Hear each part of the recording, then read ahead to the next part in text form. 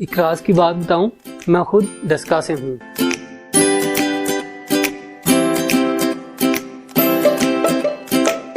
डस्का बहुत अहम और बहुत ही शानदार शहर है, लेकिन यहाँ पे रहने वाले बहुत से लोग खुद भी डस्का के बारे में इतना कुछ नहीं जानते होंगे।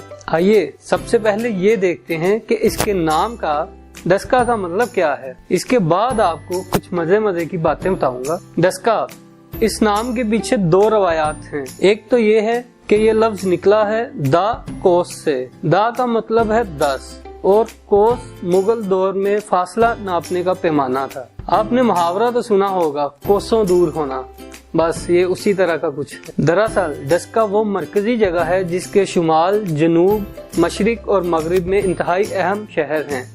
एक तरफ है सियालकोट, एक तरफ वजीराबाद, पसरूर और गुजरांवाला। ये सारे शहर डस्का से तकरीबन 10-10 कोस के फासले पर हैं और इन शहरों को जाने वाले रास्ते इनसे गुजरकर आगे मजीद बड़े शहरों को मिलाते हैं। मतलब ये कि ये एक बहुत ही जबरदस्त चौक था जहां आबादी का बढ़ना एक कुदरती बात थी। इस तरह ये 10 कोस वाला चौक पहले तो 10 कोसा बना और चूंकि पंजाबी में कोस को कोह भी कहते हैं, इसलिए इसका नाम 10 कोह हुआ। जब अंग्रेज की हुकूमत आई तो ये नाम बेचारा अंग्रेजों की जुबान या यूं कहिए कि बदजुबानी के हत्थे चढ़ गया और 10 से डस हुआ, मतलब डस्का। दूसरी रिवायत वो है जो डस्का की टीएमए बताती है। वो ये है कि डस्का आबाद हुआ था शाहजहां के दौर में सन 1600 के आसपास। उस वक्त ये सारी जमीन थी एक हिंदू खानदान की और उस खानदान का सरनेम था दास। इस तरह इस बस्ती का नाम हुआ दास का शहर, जो छोटा होकर दास का रह गया और फिर होते होते डस्का हो गया।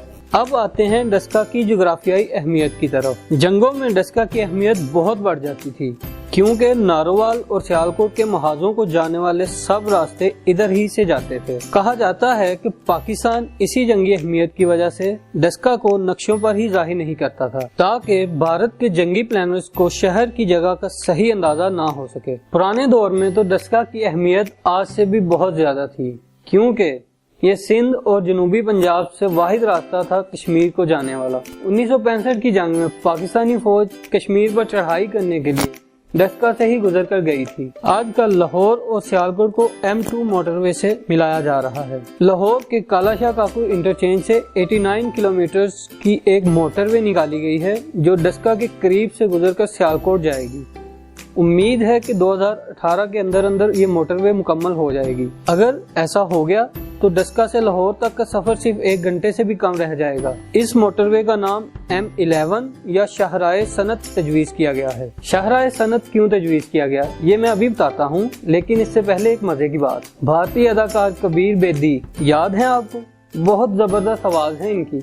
वो डस्का के थे और इनकी फैमिली यहीं पर रहती थी, लेकिन फिर पार्टीशन के बाद भारत चले गए। अब बताता हूँ कि इसका नाम शाहराए सनत क्यों रखा जा रहा है। ये मोटरवे पाकिस्तान की बड़ी सनतों को लाहौर की बड़ी मंडी से मिलाएगी, इसलिए कि जहाँ सियालकोट अपनी लेदर और स्पोर्ट्स इंडस्ट्री में बेमिसाल है, वैसे ही डस्का सर्जरी का सामान, कराकरी और एग्रीकल्चर मशीनरी का सामान, मसलन थ्रेशर वगैरह बनाने के लिए सारे मुल्क में जाना जाता है। तो कैसा लगा मेरा शहर?